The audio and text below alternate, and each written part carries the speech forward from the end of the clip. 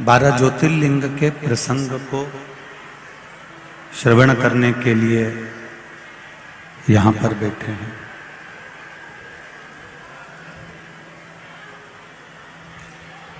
और जब तक प्रभु की कृपा नहीं होती, करुणा नहीं होती, तब तक भगवान शिव की कथा को श्रवण कर पाना बहुत कठिन है। तेरी कृपा बिना न हिले एक भी अणु, लेते श्वास तेरी कृपा से बखान क्या करूं मैं राखों के ढेर का, चपटी बबूद में खजाना कुबेर का। हे गंगधार मुक्ति द्वार ओमकार तू, भोले ओमकार आयो शरण किया शंभु तार तू। शिव कृपा होती है तब कुछ थोड़ा सा भी हमारी जिंदगी में प्राप्त हो पाता है शंभु। और जब तक उसकी कृपा ना हो, एक कदम भी हम कहीं चल नहीं पाते।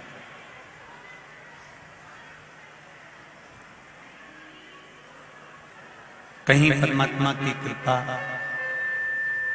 शिव कृपा हुई, जो आप और हम भगवान देवाधिदेव महादेव की ये पावन कथा को श्रवण करने के लिए विराजमान हुए।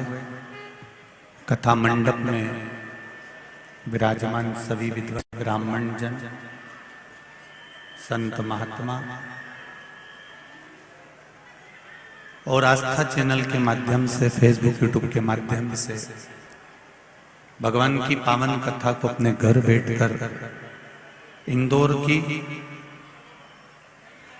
पवित्र पावन भूमि से, माहिल्या की गोद से शिव महापुराण की कथा को श्रवण कर अपने जीवन को धन्य बना।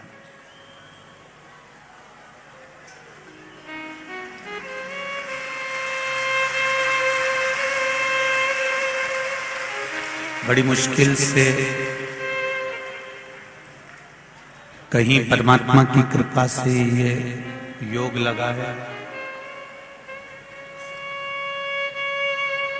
जो इंदौर में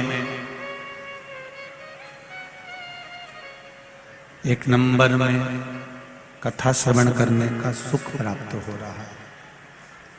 चोंगे जैसी आवाज आ रही है तो थोड़ा ठीक लगा जाए।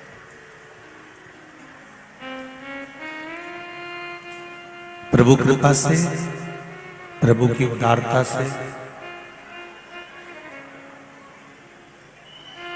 इस आत्मा और परमात्मा के मिलन का एक बिंदु शिव तत्व है।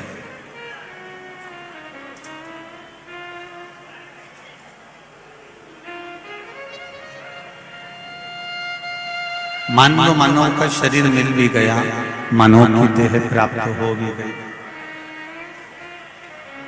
और मानव की देह प्राप्त हो जाने के बाद भी अगर हम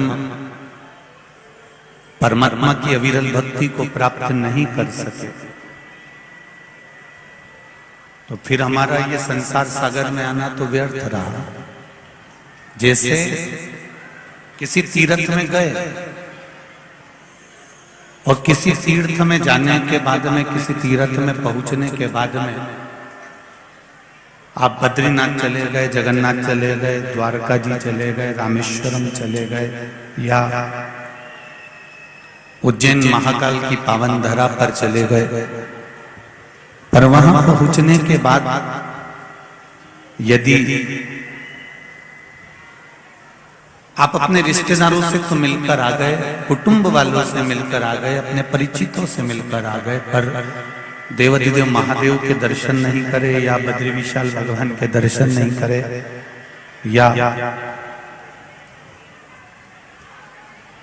हम जिस तीर्थ में गए हैं उस तीर्थ में पहुंचने के बाद हमने उस भगवान का स्वरूप का स्मरण ही नहीं किया, तो फिर उस तीर्थ में जाने से फायदा क्या हुआ? उसी तरह मनुष्य की देह मिल जाए, मानव का शरीर मिल जाए, और मानव का शरीर प्राप्त करने के बाद यदि हमने इस मनुष्य शरीर से शिव भक्ति को धारण ही नहीं करा, भगवान शंकर की अविरल भक्ति को हम पहचान ही नहीं पाए, शिव तत्व को हम जान ही नहीं पाए, तो फिर इस मानव शरीर को पाने से मतलब क्या होगा?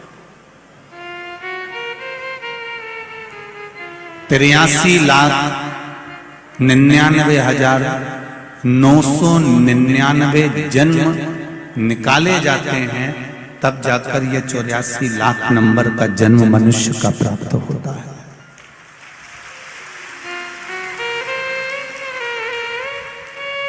तिरासी लाख 99,999 जन्म निकलने के बाद यह मानव का शरीर मिला है।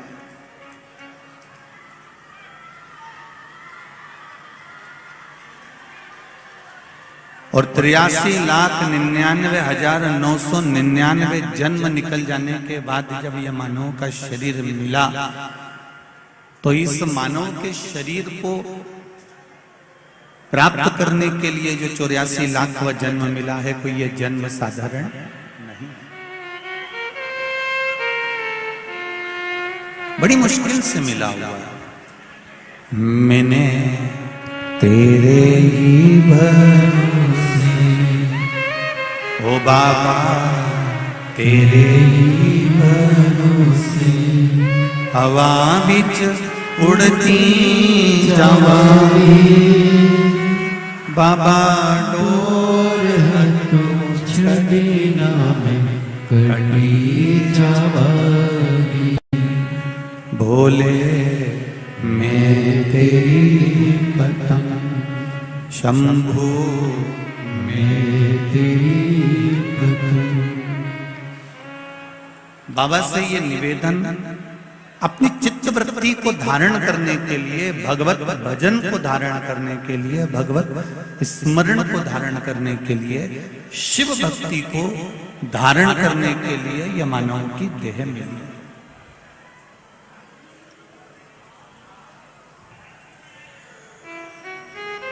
और यदि इस मानव की देह को ही हम व्यर्थ में गंवा दें, तो फिर जीवन नरक है।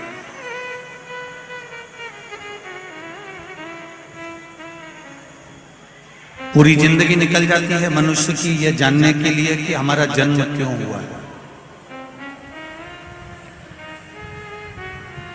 कोई आपसे पूछे कि आपका जन्म क्यों हुआ है, किस लिए पैदा हुआ, किस लिए जन्म हुआ,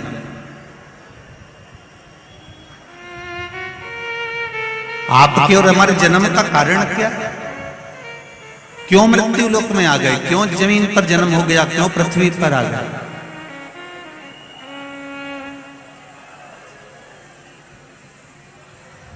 इस जन्म का कारण क्या है? तो उसका दो कारण हमने पहले भी वर्णन किया शिव महापुराण में, कि मनुष्य के जन्म का दो कारण है। एक पूर्व में किए हुए कर्म का भोग भोगने के लिए, और दूसरा भगवान का भजन करने के लिए यह मानव का शरीर।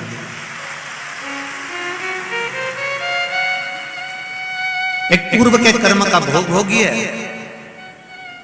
अगर आपने पूर्व में अच्छा कर्म करा है तो आपको आज अच्छा मिल जाए। गौ माता को अगर एक रोटी दी है, गौ माता की सेवा करी है, किसी जिसको आप जानते ही नहीं, जिसको आप पहचानते ही नहीं, जिससे आप कभी मिले ही नहीं, उसको यदि तुमने एक लोटा पानी भी पिलाया है, उसका मुंह भी झूठा कराया है, तो ये निश्चित है कि हमारा जो जन्म अगला मिला है, इस जन्म में हमें भी कोई ना कोई सुख अवश्य प्रदान करेगा, ये निश्चित है।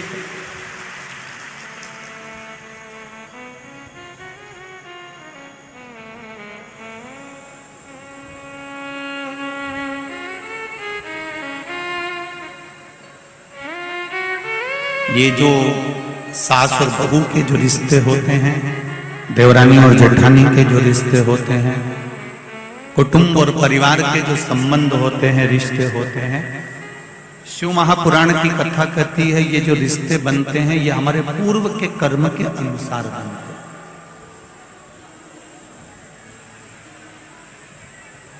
हमने किसी को साथ दिया है, हमने किसी की सेवा करी है, हमने किसी को एक पल के लिए भी अगर अच्छा करा है तो ये निश्चित है वो हमारी बहू बनकर हमारी सेवा 24 घंटे कर देती है। अगर हमने पूर्व में कर्म किया,